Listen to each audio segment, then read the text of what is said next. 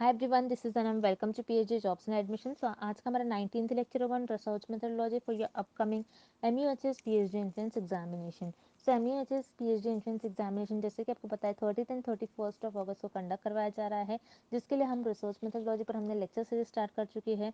तो आज हम न्यू टॉपिक स्टार्ट करने जा रहे हैं which is types of research. Important topics है, एग्जाम इस टॉपिक से आपको एग्जाम में कंपलसरी 2 क्वेश्चंस पूछे जाने के चांसेस है, इसलिए आपको इस सेशंस को अच्छे तरीके से देख लेना है। सारे एमसीक्यूज को आपको सॉल्व करना है। नेक्स्ट, आपको जैसे कि पता है, मैंने बोला आपको एमयूएचएस की पीएचडी एंट्रेंस एग्जामिनेशन की जो डेट है ये है आपकी 30 एंड 31 ऑफ अगस्त। सो यहाँ पर आपके लिए 1 मंथ रिमेनिंग है, 1 मंथ से भी ज़्यादा टाइम आपके पास रिमेनिंग है, तो आप अच्छी तरीके से प्रिपरेशंस कर सकते हो। ठीक है, तो यहाँ पर मैं आपको पेपर पैटर्न बता दूँ आपके पीएचडी एंट्रेंस एग्जामिनेशन का, जिसमें आपको टोटल 100 एमसीक्यूज पूछा जाता है, जिसको इन्होंने 2 पेपर्स में डिवाइड कर रखा है, पेपर 1 पेपर 2। पेपर 1 आपका रिसर्च मेथोडोलॉजी से पूछा जाता है, जिसमें आपको 50 एमसीक्यूज प्रोवाइड करा जाता है। पेपर 2 आपके सब्जेक्ट से स्पेसिफिक पूछा जाता है, जिसमें आपको अगेन 50 एमसीक्यूज पूछा जाता है। सो पेपर 1 आपका रिसर्च मेथोडोलॉजी, पेपर 2 आपका सब्जेक्ट स्पेसिफिक होता है। तो सब्जेक्ट स्पेसिफिक के लिए आपको मास्टर्स लेवल का स्टडी मटेरियल यूज़ करना है। ठीक है, अपने पीजी लेवल में आपने जो भी स्टडी कर रखी होती है उसी से आपको जनरली क्वेश्चंस पूछे जाते हैं। और पेपर 1 जो कि आपका रिसर्च मेथोडोलॉजी होता है, सो रिसर्च मेथोडोलॉजी के लिए आपको बेसिक सिलेबस फॉलो करना होता है, और जैसे types of research, meaning of research, characteristics of research, objectives of research. ठीक है, तो इस तरीके से आपको रिसर्च मेथोडोलॉजी का कंटेंट फॉलो करना होता है। नेक्स्ट, रिसर्च मेथोडोलॉजी पर हमको कंप्लीट कोर्स प्रोवाइड करते हैं, जैसे video lectures, notes, important questions की पीडीएफ, मॉक टेस्ट। तो सारी चीज़ें हम आपको काफ़ी सिंपलेस्ट लैंग्वेज में प्रोवाइड करते हैं, काफ़ी कम प्राइस में हम आपको ये कोर्स प्रोवाइड करते हैं। और यहाँ पर हम आपको 100% गारंटी के साथ ये कोर्स प्रोवाइड करते हैं कि हमारे ही कोर्स से आपको एग्जामिनेशन में क्वेश्चन डायरेक्टली पूछे जाएंगे। तो आपको ज़्यादा टाइम वेस्ट नहीं करना है, जल्द से जल्द आपको ये कंटेंट को परचेस करना है। परचेस करने के लिए स्क्रीन पर जो आपको नंबर नज़र आ रहा है, उस नंबर पर आपको हमें व्हाट्सएप के थ्रू कॉन्टैक्ट करना है, और आप हमारे ऐप के थ्रू भी स्टडी मटेरियल को एक्सेस कर सकते हो, जिसके लिए मैंने लिंक आपके साथ नीचे comment section as well as description box में भी शेयर कर रखी है। So that's it and let's begin with the video. मैंने आपको प्रीवियस स्लाइड में बता दिया कि हमारे कोर्स से रिलेटेड, सो यहाँ पर हम शॉर्ट में मैं आपको डिटेल में बता दूँ। जैसे कि मैंने आपको बता दिया, रिसर्च मेथोडोलॉजी पर हम आपको कंप्लीट कोर्स प्रोवाइड करते हैं, जैसे वीडियो लेक्चर्स है, थ्योरी और एमसीक्यूज दोनों वीडियो लेक्चर्स हम आपको प्रोवाइड करते हैं। थ्योरी से आपके कॉन्सेप्ट्स को हम बिल्ड करवाते हैं, और उसी के साथ साथ एमसीक्यूज से हम आपको सारे ट्रिक्स बताते हैं कि आपको किस तरीके से ट्रिक्स यूज़ कर एमसीक्यूज को सॉल्व करना है। नोट्स काफ़ी सिंपल लैंग्वेज में नोट्स है। नोट्स में हमने ऐसे पॉइंट्स भी कवर कर रखे हैं जो कि आपके इंटरव्यू में आपके लिए बहुत हेल्पफुल होंगे। उसी के साथ साथ मॉक टेस्ट से आपकी प्रैक्टिस होती रहती है, आपको पता लगता है कि आपकी कितनी प्रिपरेशंस हुई है, कितनी और आपकी प्रिपरेशंस बाकी हैं। And 1500 plus MCQs revision PDF, जिसमें इस पीडीएफ में हमने 1500 से भी ज़्यादा इंपॉर्टेंट एमसीक्यूज कवर कर रखे जो कि सेंट्रल और गवर्नमेंट यूनिवर्सिटी में पूछे ही गए थे। तो आपको ज़्यादा से ज़्यादा हमारे इस कंटेंट से ही क्वेश्चंस पूछे जाएंगे। जैसे कि मैंने आपको बता दिया, 100% गारंटी के साथ कंटेंट हम आपको प्रोवाइड करते हैं। सो आपको सारी आपकी पास करने की रिस्पॉन्सिबिलिटी हमारी होती है, तो आपको ज़्यादा टाइम वेस्ट नहीं करते हुए आपकी प्रिपरेशंस को स्टार्ट करनी है। स्क्रीन पर दिए गए नंबर पर आपको व्हाट्सएप के थ्रू हमें कॉन्टैक्ट करना है। नॉर्मल कॉल इस नंबर पर नहीं लगेगा, याद रखिएगा, व्हाट्सएप के थ्रू हमें कॉन्टैक्ट करना है। और आप हमारे ऐप के थ्रू भी स्टडी मटेरियल को एक्सेस कर सकते हो। सो ऐप को एक्सेस करने की लिंक मैंने आपके साथ comment section as well as description box में भी प्रोवाइड कर रखी है, जिससे कि आप 1 क्लिक में ही वहाँ से हमारे ऐप के पर 1 क्लिक पर से ही हमारे स्टडी मटेरियल को एक्सेस कर पाओगे। So that's it and let's begin with the video. First question, when are T test most appropriate to use. So students, इस क्वेश्चन में हमें टी टेस्ट हम कब यूज करते हैं हमें ये फाइंड आउट करना है। Okay, so remember students, T test एक पैरामेट्रिक टेस्ट होता है हाइपोथेसिस को टेस्ट करने के लिए। ओके, सो पैरामेट्रिक टेस्ट क्या होते हैं, जहां पर हम पॉपुलेशन के बारे में कुछ ना कुछ अज्यूम करते हैं, या फिर हमें पॉपुलेशन के बारे में कुछ ना कुछ इंफॉर्मेशन मालूम होता है। ओके, अब आप बोलोगे कि टी टेस्ट पैरामेट्रिक टेस्ट क्यों होती है। Okay, so T test parametric test इसलिए होती है बिकॉज हम यहाँ पर अज्यूम करते हैं कि हमें पॉपुलेशन का जो डिस्ट्रीब्यूशन है, हम यहाँ पर अज्यूम करते हैं कि ये नॉर्मल है। नॉर्मल है मीन्स पॉपुलेशन का डिस्ट्रीब्यूशन कुछ इस तरीके से होगा। ओके, पॉपुलेशन का डिस्ट्रीब्यूशन नॉर्मल होगा, और पॉपुलेशन का डिस्ट्रीब्यूशन कुछ इस तरीके से दिखता है, जिसे हम कहते हैं bell shaped curve. Okay, means हमें यहाँ पर हम ये अज्यूम कर सकते हैं कि यहाँ पर पॉपुलेशन का जो डेटा है किस तरीके से स्प्रेड है। ओके, अब हमें इस क्वेश्चन में फाइंड आउट करना है कि टी टेस्ट हम कब यूज करते हैं। सो यहाँ पर हम ऑप्शंस देखते हैं। When the sample size is small, so yes here option is correct because T test हम कब अप्लाई करते हैं, जब हमारा सैंपल साइज छोटा होता है। अब यहाँ पर सैंपल मीन्स व्हाट, जैसे हमने देखा था कि जो लार्ज पॉपुलेशन होती है, रिसर्चर पूरे पॉपुलेशन पर रिसर्च नहीं करते हैं because it is impossible. So researcher population का एक स्मॉल पार्ट होता है और सबसेट होता है, इस पार्ट पर रिसर्चर रिसर्च करते हैं जिसे हम सैंपल कहते हैं। ओके, तो सैंपल साइज छोटा होना चाहिए, मतलब सैंपल साइज हमारा लेस देन 30 होना चाहिए, 30 से कम होना चाहिए, तब हम टी टेस्ट यूज करते हैं। Okay, then next option is when the population standard deviation is unknown. So yes here option B is also correct because जब हमें पॉपुलेशन का स्टैंडर्ड डेविएशन अननोन होता है, मीन्स पता नहीं होता है, तब भी हम टी टेस्ट यूज करते हैं। अब पॉपुलेशन का स्टैंडर्ड डेविएशन मीन्स व्हाट, कि पॉपुलेशन किस तरीके से स्प्रेड है, जैसे आप ग्राफ में देख रहे हो पॉपुलेशन किस तरीके से स्प्रेड है, या पॉपुलेशन इस तरीके से स्प्रेड है, या फिर पॉपुलेशन कितना स्प्रेड है, ये देखने के लिए जब हमें ये पता नहीं होता है तब हम टी टेस्ट का यूज करते हैं। Okay, so here correct option हो जाएगा हमारा option C, because option A और बी दोनों भी केस में हम टी टेस्ट का यूज करेंगे। सो यहाँ पर option C is the right answer. Okay, next question, Which of the following is true about Z test? So students, इस क्वेश्चन में हमें फाइंड आउट करना है कि कौन सा ऑप्शन करेक्ट है about Z test. So remember students, Z test भी एक पैरामेट्रिक टेस्ट होता है हाइपोथेसिस को टेस्ट करने के लिए, जहां पर हम अज्यूम करते हैं कि हमारा यहाँ पर भी जो पॉपुलेशन का जो डिविएशन होगा ये भी नॉर्मल होगा, मीन्स यहाँ पर भी पॉपुलेशन का जो डेविएशन होगा ये कुछ बेल शेप्ड होगा, ओके, और नॉर्मल होगा। ओके, तो इस क्वेश्चन में हमें फाइंड आउट करना है कि जी टेस्ट से रिलेटेड कौन सा ऑप्शन करेक्ट है। ओके, सो यहाँ पर हमें ऑप्शन ए गिवन है, when the sample size is large. So yes here option A correct होगा, क्योंकि जी टेस्ट में सैंपल का जो साइज होता है हमारे लार्ज होता है, मीन सैंपल का साइज आपके 30 से ज्यादा होगा, तब हम जी टेस्ट यूज करेंगे। जहां पर हमने टी टेस्ट में देखा था कि हमारा जो सैंपल का साइज होता है वो स्मॉल होता है, स्मॉल मीन्स आपका जो सैंपल का साइज होगा वो 30 से कम होना चाहिए, तब हम टी टेस्ट यूज करेंगे।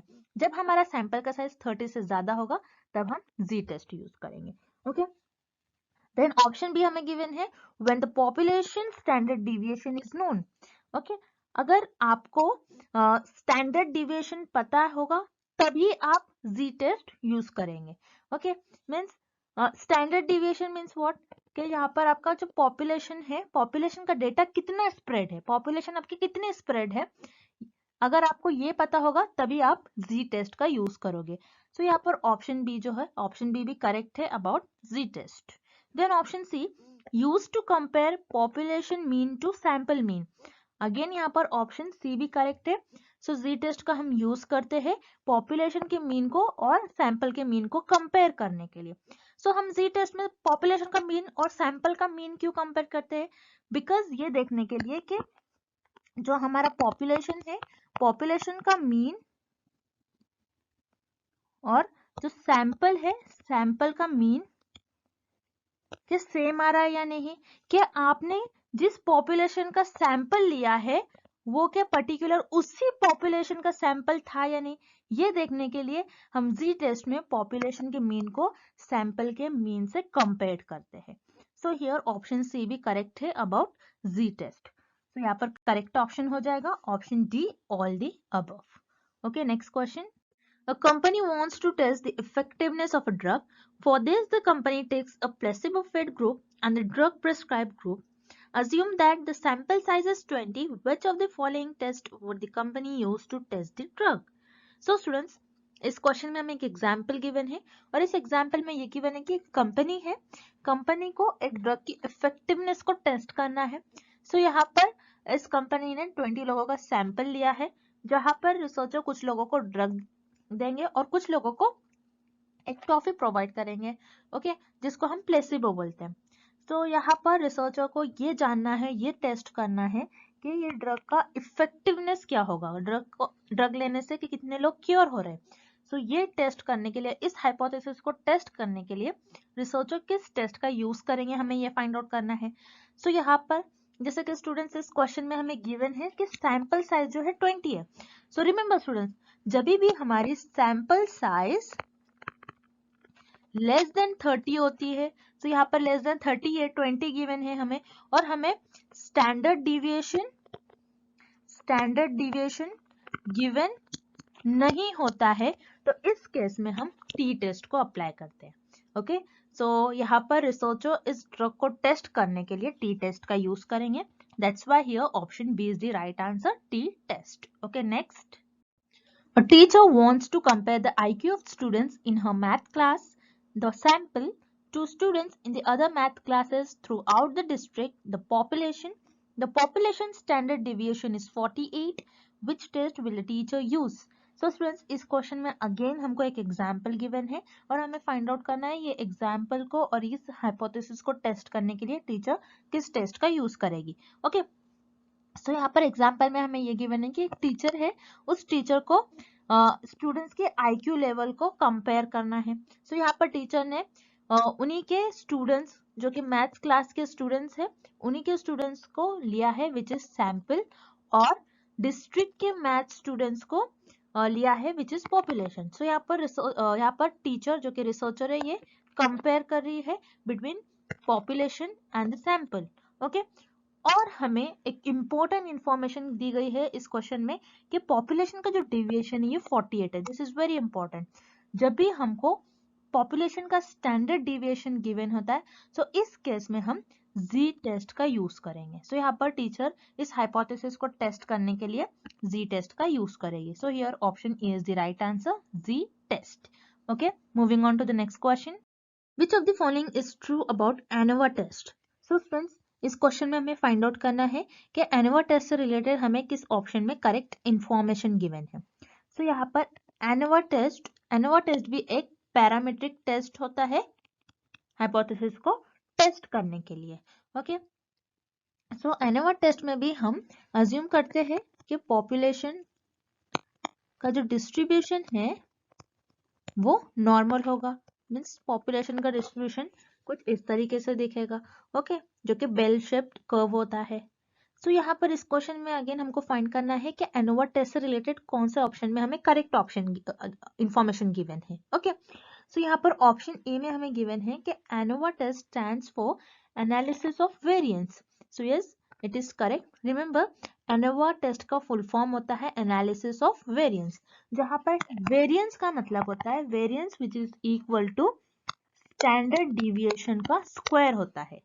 स्टैंडर्ड डिविएशन का स्क्वायर जो होता है उसे हम कहते हैं variance. Okay, then option B में हमें गिवन है it is parametric in nature. So yes, again यहाँ पर ऑप्शन बी भी करेक्ट हो जाएगा क्योंकि पैरामेट्रिक टेस्ट जो एनोवा टेस्ट भी पैरामेट्रिक टेस्ट होता है। Then option C, used to compare mean among the 3 और more groups. This is very important point students, जहां पर एनोवा टेस्ट में हम सैंपल्स के 3 या फिर 3 से ज्यादा ग्रुप्स को कंपेयर करते हैं। ओके, सो हम एग्जांपल के थ्रू समझते हैं। एक टीचर है, ओके, और इस टीचर को समझ लो, मान लेते हैं हम यहाँ पर टीचर को 3 स्कूल है, स्कूल 1, स्कूल 2 एंड स्कूल 3। यहाँ पर 3 स्कूल के बच्चों के आईक्यू लेवल का टीचर को टेस्ट करना है। ओके, सो यहाँ पर आप देख रहे हो 3 स्कूल है, मीन्स 3 सैंपल है टीचर के पास। सो यहाँ पर इस केस में इस हाइपोथेसिस को टेस्ट करने के लिए टीचर यहाँ पर एनोवा टेस्ट का यूज करेगी। ओके, सो यहाँ पर ऑप्शन सी भी करेक्ट हो जाएगा बिकॉज एनोवा टेस्ट का यूज हम कोई भी 3 सैंपल के ग्रुप और उससे ज्यादा ग्रुप को कंपेयर करने के लिए, उनके मीन को कंपेयर करने के लिए हम एनोवा टेस्ट का यूज करते हैं। सो यहाँ पर ऑप्शन डी करेक्ट हो जाएगा, all D above. Next, as a crop researcher, you want to test the effect of 3 different fertilizer mixtures on the crop yield. Which test will you use? So students, इस question में हमें एक example given है जहां पर researcher को test करना है कि 3 डिफरेंट फर्टिलाइजर्स है और कौन सा फर्टिलाइजर क्रॉप के लिए अच्छा होगा। ओके, सो इस हाइपोथेसिस को टेस्ट करने के लिए रिसर्चर कौन सा टेस्ट यूज करेंगे ये हमें फाइंड आउट करना है। तो जैसे कि आप देख रहे हो यहाँ पर इस क्वेश्चन में हमें गिवन है 3 डिफरेंट फर्टिलाइजर मिक्सर, मीन्स यहाँ पर रिसर्चर के पास 3 डिफरेंट फर्टिलाइजर है, फर्टिलाइजर 1, फर्टिलाइजर 2 एंड फर्टिलाइजर 3। सो जब भी हमारे पास या फिर रिसर्चर के पास 3 या फिर 3 से ज्यादा ग्रुप ऑफ सैंपल होंगे, सो उस केस में रिसर्चर एनोवा टेस्ट का यूज करेंगे। ओके, सो यहाँ पर ऑप्शन सी जो है आपका करेक्ट आंसर हो जाएगा।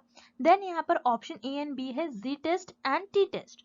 जैसे कि हमको पता है जी टेस्ट एंड टी टेस्ट में हम सिर्फ 2 सैंपल ऑफ ग्रुप पर स्टडी करते हैं, और एनोवा टेस्ट में 3 या फिर 3 से ज्यादा सैंपल पर हम स्टडी करते हैं।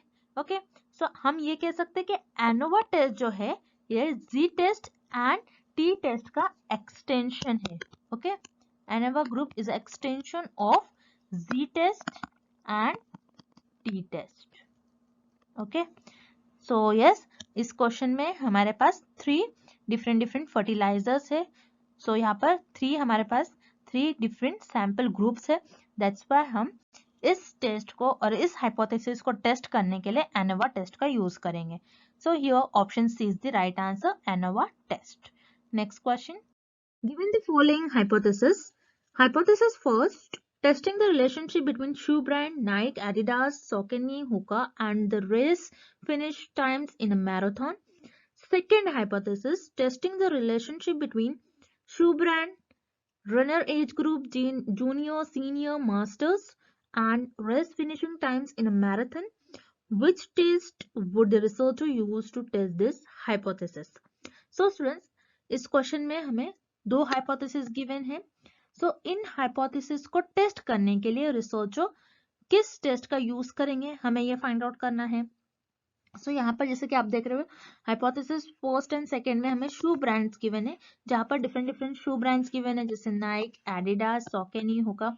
सो यहाँ पर हमारे पास जो सैंपल ग्रुप्स है, सैंपल ग्रुप्स जो है ये 3 है और 3 से ज्यादा है। ओके, जैसे 4 है यहाँ पर मीन्स 3 से ज्यादा है।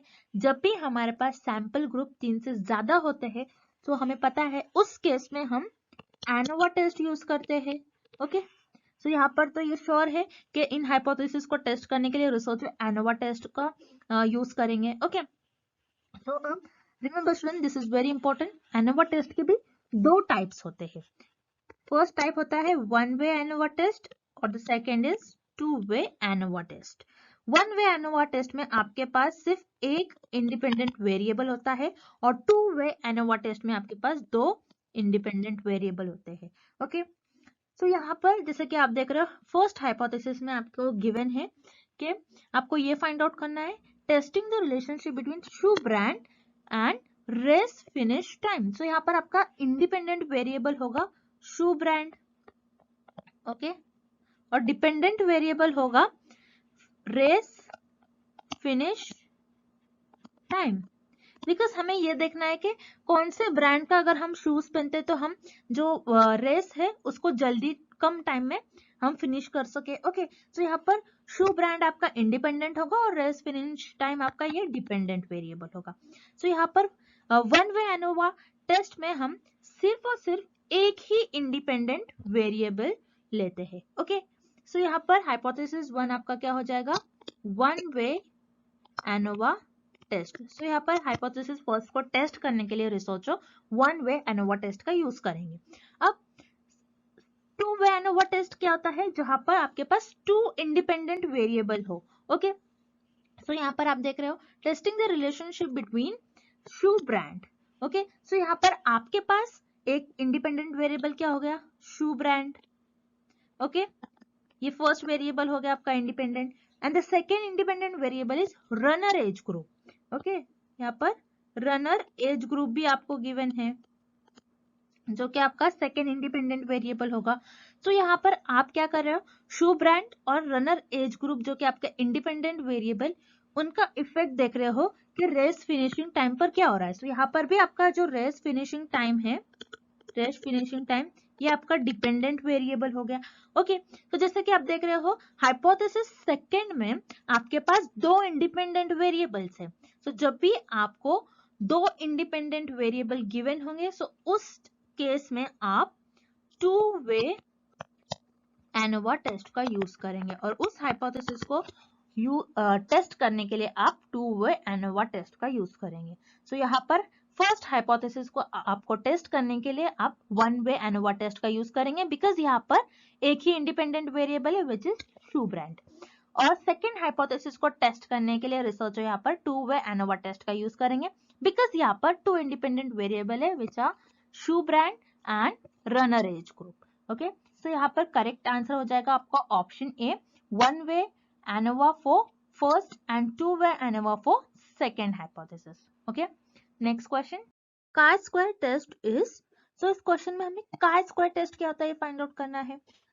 सो काय स्क्वायर टेस्ट एक नॉन पैरामीट्रिक हाइपोथेसिस टेस्टिंग होता है।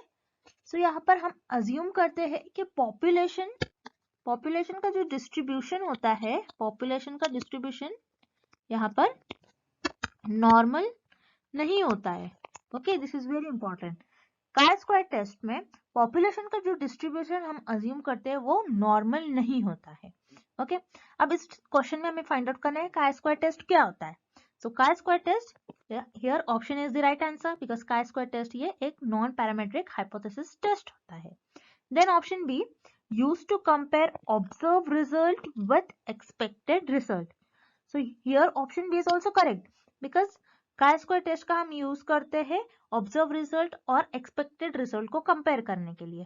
ओके, तो यहाँ पर जैसे हम एग्जांपल के थ्रू समझते हैं, यहाँ पर रिसर्चर को देखना है कि एक पर्टिकुलर एयरपोर्ट पर एक दिन में कितने लोग ट्रैवल करते हैं। ओके, सो यहाँ पर रिसर्चर ने ये एक्सपेक्ट कर लिया कि एक दिन में हो सकता है कि 10,000 लोग ट्रैवल करते हैं, बट ये क्या है, एक्सपेक्टेड वैल्यू है। ओके, और ऑब्जर्व वैल्यू क्या निकलेंगी, ये रिसर्चर यहाँ पर ये ऑब्जर्व करेंगे कि रियल वैल्यू ये निकलेगी कि इस पर्टिकुलर एयरपोर्ट पर एक दिन में 50,000 लोग ट्रैवल कर रहे हैं। ओके, तो यहाँ पर काय स्क्वायर टेस्ट बेसिकली कंपेयर करता है observe result with expected result. Okay, तो यहाँ पर ऑप्शन सी हमारा राइट हो जाएगा, because option A and B both are related with chi-square test. Okay, next question, which of the following statement is false about Mann-Whitney U test? So students, इस question में हमें find out करना है कि कौन सा ऑप्शन रॉन्ग है about Mann-Whitney U test. Okay, so यहाँ पर भी Mann-Whitney U test एक नॉन पैरामीट्रिक हाइपोथेसिस टेस्ट होता है, जहां पर हम पॉपुलेशन के डिस्ट्रीब्यूशन को नॉर्मल अज्यूम नहीं करते हैं। ओके, सो यहाँ पर Mann-Whitney U टेस्ट जो होता है it is a non parametric test होता है, और Mann-Whitney U टेस्ट ये टी टेस्ट की तरह ही होता है। बस Mann-Whitney U टेस्ट और टी टेस्ट में एक छोटा सा डिफरेंस ये होता है कि टी टेस्ट में हम पॉपुलेशन की जो डिस्ट्रीब्यूशन है उसको नॉर्मल अज्यूम करते हैं, और Mann-Whitney U टेस्ट में हम पॉपुलेशन की डिस्ट्रीब्यूशन को नॉर्मल अज्यूम नहीं करते हैं। ओके, सो यहाँ पर this is known as non parametric equivalent of T test. So यहाँ पर ऑप्शन बी भी करेक्ट है about Mann-Whitney U test. Then option C हमें क्या गिवन है, sample size is small and used to compare two sample groups. Okay, so yes, because Mann-Whitney U test और T test दोनों भी same ही होते हैं। सो जैसा कि हमने देखा था टी टेस्ट में सैंपल साइज जो होता है हमारा वो स्मॉल होता है। सो Mann-Whitney U टेस्ट में भी हमारा जो सैंपल साइज होता है वो स्मॉल होता है, और हम इसको यूज करते हैं, Mann-Whitney U टेस्ट को यूज करते हैं ताकि हम दो सैंपल ग्रुप्स को कंपेयर कर सके, और टी टेस्ट में भी हम सेम यही करते हैं। ओके, सो यहाँ पर ऑप्शन सी भी आपका करेक्ट हो जाएगा about Mann-Whitney U test. But इस क्वेश्चन में हमें फाइंड आउट करना है कि कौन सा ऑप्शन इनकरेक्ट है about Mann-Whitney U test. So यहाँ पर देख रहे हो आप option A, B and C ये तीनों भी ऑप्शन करेक्ट है about Mann-Whitney U test. So यहाँ पर एक भी ऑप्शन रॉन्ग नहीं है अबाउट Mann-Whitney U टेस्ट। तो यहाँ पर ऑप्शन डी आपका करेक्ट ऑप्शन हो जाएगा। Okay, next, which of the following characteristic is associated with Kruskal-Wallis H test? So students, इस क्वेश्चन में हमें फाइंड आउट करना है कि कौन से ऑप्शन में हमें Kruskal-Wallis H टेस्ट की कैरेक्टरिस्टिक गिवन है। ओके, सो Kruskal-Wallis H टेस्ट भी ये भी एक नॉन पैरामेट्रिक हाइपोथेसिस टेस्टिंग होता है, जहां पर हम पॉपुलेशन के डिस्ट्रीब्यूशन को नॉर्मल अज्यूम नहीं करते हैं। सो यहाँ पर ऑप्शन सी आपका करेक्ट हो जाएगा, और it is the characteristic of Kruskal Wallis H test. अब क्रुस्काल वैलिस एच टेस्ट ये होता है extension of Mann Whitney U test. जैसे कि हमने देखा था मैन विटने यू टेस्ट में हम 2 सैंपल ग्रुप्स पर स्टडी करते हैं, ओके। और क्रुस्काल वैलिस एच टेस्ट में हम 2 से ज्यादा सैंपल ग्रुप्स पर टेस्ट करते हैं। सो आपका यहाँ पर ऑप्शन ए करेक्ट हो जाएगा। देन क्रुस्काल वैलिस एच टेस्ट भी वन वे एनोवा की तरह ही काम करता है। जहां पर हमने देखा था वन वे एनोवा में हम मोर देन 2 सैंपल्स ग्रुप पर स्टडी करते हैं। सो क्रुस्काल वैलिस एच टेस्ट में भी हम मोर देन 2 सैंपल ग्रुप्स पर टेस्ट करते हैं। बस क्रुस्काल वैलिस टेस्ट में और वन वे एनोवा टेस्ट में एक ही डिफरेंस होता है कि वन वे एनोवा टेस्ट आपका पैरामेट्रिक टेस्ट होता है और क्रुस्काल वैलिस एच टेस्ट आपका नॉन पैरामेट्रिक टेस्ट होता है, ओके। सो यहाँ पर आपका ऑप्शन डी भी करेक्ट है और it is known as one way ANOVA is parametric equivalent of this test, okay. So यहाँ पर आपका करेक्ट ऑप्शन हो जाएगा option D all of the above. ये सारे आपके कैरेक्टरिस्टिक है क्रुस्काल वैलिस एच टेस्ट के। So students, I hope the concept of types of hypothesis testing is clear to everyone. कल के लेक्चर में हम एक न्यू टॉपिक स्टार्ट करेंगे, okay? And thank you for watching this video.